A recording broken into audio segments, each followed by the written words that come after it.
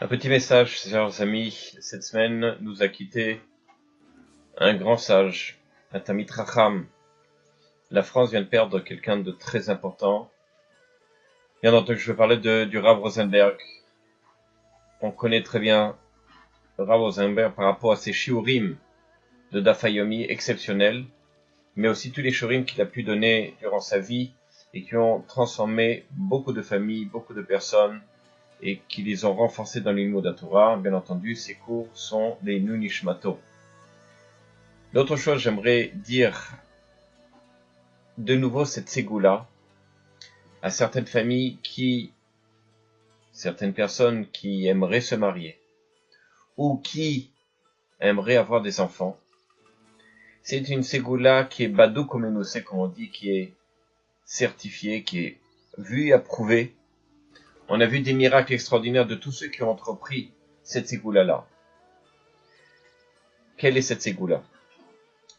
Alors, effectivement, pour d'autres besoins, il est possible que cela marche, mais en tout cas, ce que je peux vous dire, c'est que d'après Rabbi Yoshua Pinto, qu'on lui souhaite refouach lema, il a dit que pour ceux qui veulent se marier, ou ceux qui veulent avoir des enfants, dans l'année même, c'est-à-dire si ce n'est pas dans les semaines même, après qu'il ait commencé à dire ce que je vais vous dire, qu'il verra un miracle.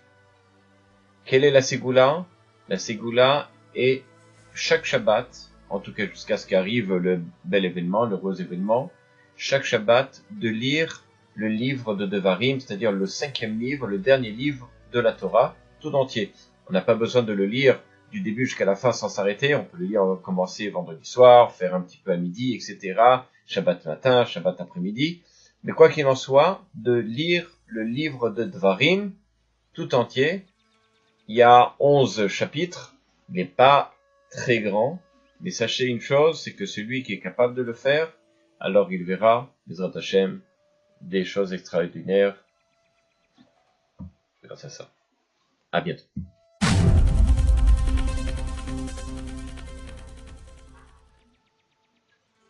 Chers amis, bonjour.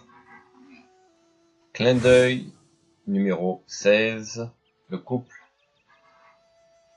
Avez-vous entendu parler du dilemme du prisonnier? Alors, évidemment, c'est une histoire qui n'est pas tellement, on va dire comme ça, bien peu morale, mais elle est très instructive au niveau, justement, de la vie courante, et surtout dans le couple. Alors, c'est quoi cette histoire de prisonnier? Alors, vous avez deux prisonniers, on va prendre des noms, on va dire comme ça, Christophe et Jean-Luc. Christophe et Jean-Luc, ce sont deux prisonniers, et deux voleurs. Et la chose est qu'ils n'ont pas, il n'y a pas, si vous voulez, au niveau du tribunal, il n'y a pas de valeur, de preuve formelle sur leur implication pour pouvoir les emprisonner. Seulement, la chose est la suivante, c'est qu'on propose à chacun d'entre eux un dilemme. À Jean-Luc, on lui dit comme ça, si tu dénonces Christophe, alors tu n'écoperas absolument pas de prison, mais Christophe, lui, il sera obligé de faire 5 ans de prison. On va voir Christophe, on lui dit la même chose. Si tu dénonces Jean-Luc, alors tu n'auras pas de prison, tu seras libéré, et ce sera Jean-Luc qui aura 5 ans de prison. Par contre, si les deux se dénoncent mutuellement, alors ils n'auront pas 5 ans de prison, mais ils auront 3 ans de prison. Mais ils savent aussi que s'ils se taisent, étant donné qu'il n'y a pas de preuves, ils feront que quelques mois.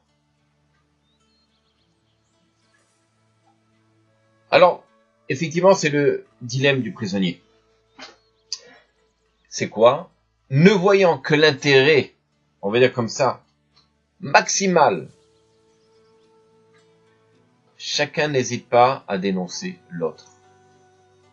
Évidemment, la conséquence est que chacun vont écoper 3 ans de prison.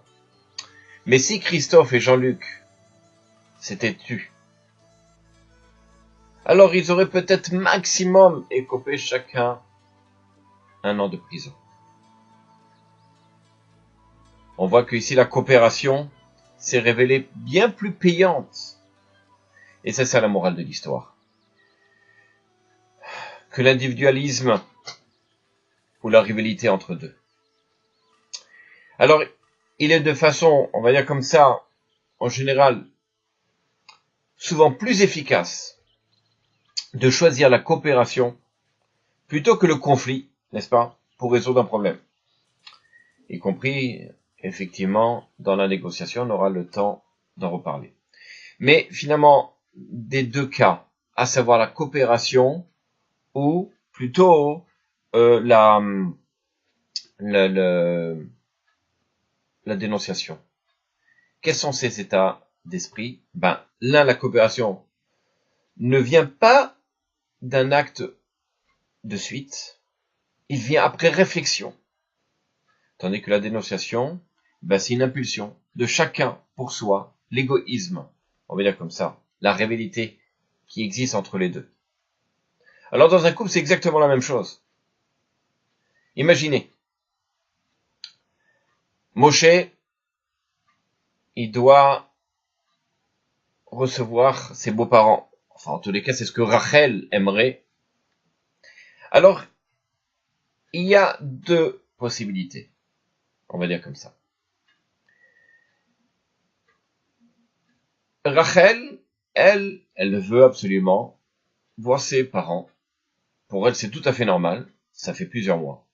Et Moshe se dit, mais moi, j'ai beaucoup de choses à faire. Je n'ai pas le temps. Et puis, ça fait quelques mois qu'on s'est séparés. Il ne faut pas exagérer. Donc, chacun reste sur sa position. Mais que va-t-il se passer? C'est clair.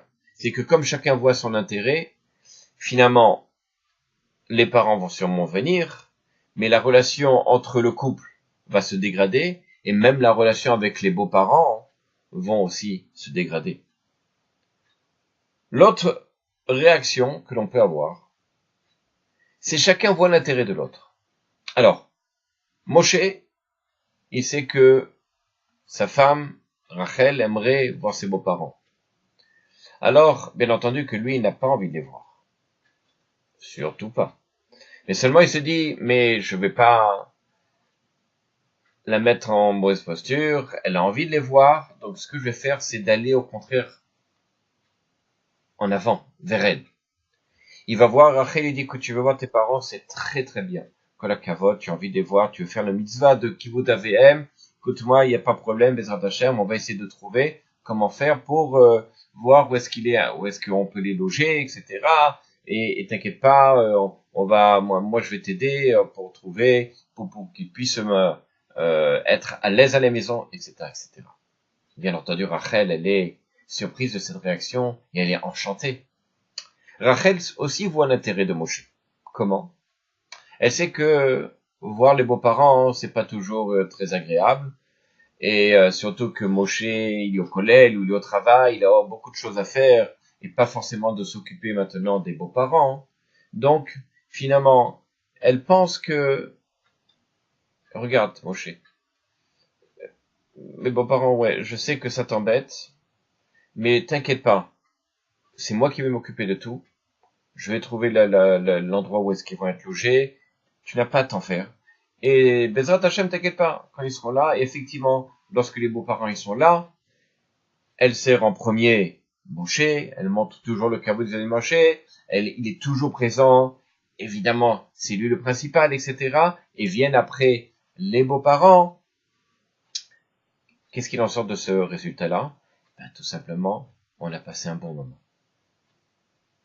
Parce que chacun était coopératif. Chacun a pu voir l'intérêt de l'autre. Un autre petit exemple. On veut offrir un cadeau à son enfant. Le père, lui, le papa, lui, il veut pas offrir un cadeau à son enfant. Pour certaines raisons. La raison, par exemple, on n'a pas pour l'instant les moyens. L'autre raison, c'est que, peu importe. Et madame, au contraire, elle a envie de faire plaisir à son fils. Il a été sage, il était bien, etc. Elle a envie de lui offrir un cadeau. Alors, deux réactions encore possibles. Ou bien, on reste sur ses positions, on voit l'intérêt de personnel, individuel, égoïste. Le papa, il dit hors de question. Qu'est-ce qu'elle fait la maman? Eh ben, elle dit moi aussi. Et elle achète quand même le cadeau. Le problème qui s'ensuit, c'est que puisqu'elle a forcé un peu la main du mari, c'est qu'à partir de ce moment-là, même lorsqu'il y aura une raison d'acheter un cadeau à son fils, il est possible que le mari, par cavode ou peu importe, décide de ne pas acheter ce cadeau. L'autre réaction négative aussi, c'est que du côté du mari, c'est qu'il est tellement exigeant, tellement raide sur ses positions, que madame ne veut pas se prendre la tête, et elle le fait en contournant, en cachette, et si un jour la chose est sue, eh ben, il y a un manque de confiance dans le couple. Dans les deux cas, il se passe qu'il va y avoir, au bout d'un moment, une dispute, ou en tout cas, un règlement de compte, une rivalité. Dans le deuxième cas, où chacun au contraire va coopérer, va voir l'intérêt de l'autre. Le papa, lui, il voit que madame, elle a envie de faire un cadeau, ça lui tient à cœur. Alors il va aller dans son sens, il dit, il n'y a pas de problème. Par contre, si ça ne t'embête pas, ce cadeau-là, je veux qu'il le mérite. Donc, Bezat Hachem, le cadeau, on va le faire, il faut qu'il finisse, par exemple, une étude ou quelque chose comme ça, qui est une raison suffisamment valable pour le faire. Évidemment, je vais dans ton sens. Et madame, qui aussi voit l'intérêt du mari, elle sait qu'il travaille beaucoup, etc., c'est pas évident, eh ben, elle va décider non pas de lui offrir le beau vélo qu'elle voulait lui offrir, mais un cadeau beaucoup plus modeste. L'essentiel, c'est que finalement, l'enfant soit content de recevoir un cadeau des deux parents, et surtout, c'est que monsieur et madame ont pu négocier ensemble, coopérer pour arriver finalement à faire plaisir à chacun d'entre eux. À bientôt au prochain chiot.